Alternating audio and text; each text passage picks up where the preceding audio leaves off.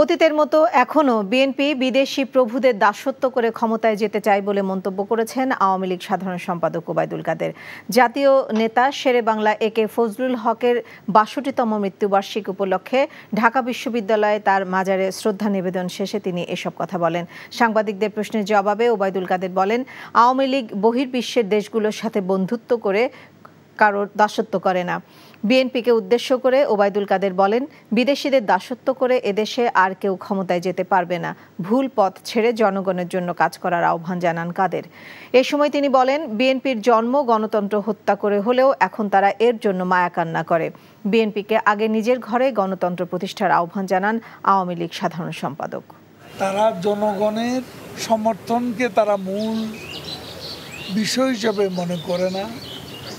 তারা মনে করে যে বিদেশি প্রভুরা তাদের দাসত্ব করলে ক্ষমতা রক্ষা করা যায়, ক্ষমতায় যাওয়া যায়। এখনও তাদের দূরভিসন্ধি হচ্ছে বিদেশি প্রভুদের দাসত্ব করে কিভাবে ক্ষমতা যাওয়া যায়। বিকাশে কম খরচে ক্যাশ আউটের লিমিট বেড়ে ৫০,০০০, প্রিয় এজেন্টও ২টা।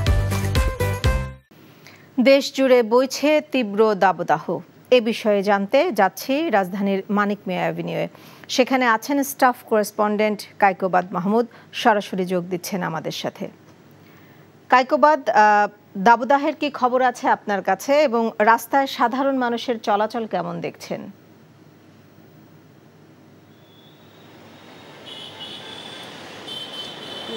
আসলে গত প্রায় এক সপ্তাহ ধরে যে এক সপ্তাহ বেশি সময় ধরে যে তীব্র দাবদাহ চলছে, এখনও কিন্তু সেটি চলছে। আজকে সকালে এই মুহূর্তে তাপমাত্রা যদিও বলছে ৩৩°C, কিন্তু এটা কিন্তু অনুভূত যেটা হচ্ছে সাধারণ মানুষের কাছে সেটা কিন্তু ৪০°এর উপরে চলে গেছে ইতিমধ্যে। যার ফলে আমি কিন্তু সকাল থেকে দেখতে পাচ্ছিলাম মানুষজনের আসলে সকাল থেকেই যে ঘর্মাক্ত চেহারা সেটি কিন্তু শুরু হয়ে গিয়েছে। আর আরেকটি বিষয় হচ্ছে, সহসাই কিন্তু এটি কমার কোনো খবর আমাদের আবহাওয়া অধিদপ্তর দিতে পারেনি। তারা যেটি বলছে যে আগামী সপ্তাহের আগে বৃষ্টি আসলে সেভাবে কোনো সম্ভাবনা নাই। ২ তারিখের দিকে বৃষ্টির একটি সম্ভাবনা থাকলেও তাৎক্ষণিকভাবে কিছুটা তাপমাত্রা কমলেও পরবর্তীতে বৃষ্টি কমে গেলে আবার সেই তাপমাত্রাটা বেড়ে যাবে।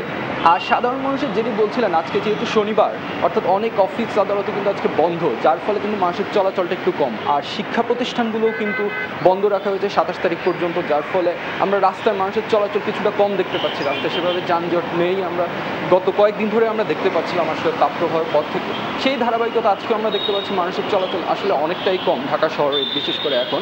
আর আরেকটি কথা আমি এখানে জানিয়ে রাখি, এবার কিন্তু যেহেতু তাপপ্রবাহটা বেশি, যেহেতু গরমটা বেশি, যার ফলে কিন্তু জলীয় বাষ্প বেশি জমা হচ্ছে। তার ফলে আবহাওয়া অধিদপ্তর যেটি জানিয়েছে, এবার কিন্তু বৃষ্টিটাও অতিরিক্ত হতে পারে, যার ফলে এটি নিয়ে কিন্তু ইতিমধ্যে তারা সতর্কতা জারি করেছে।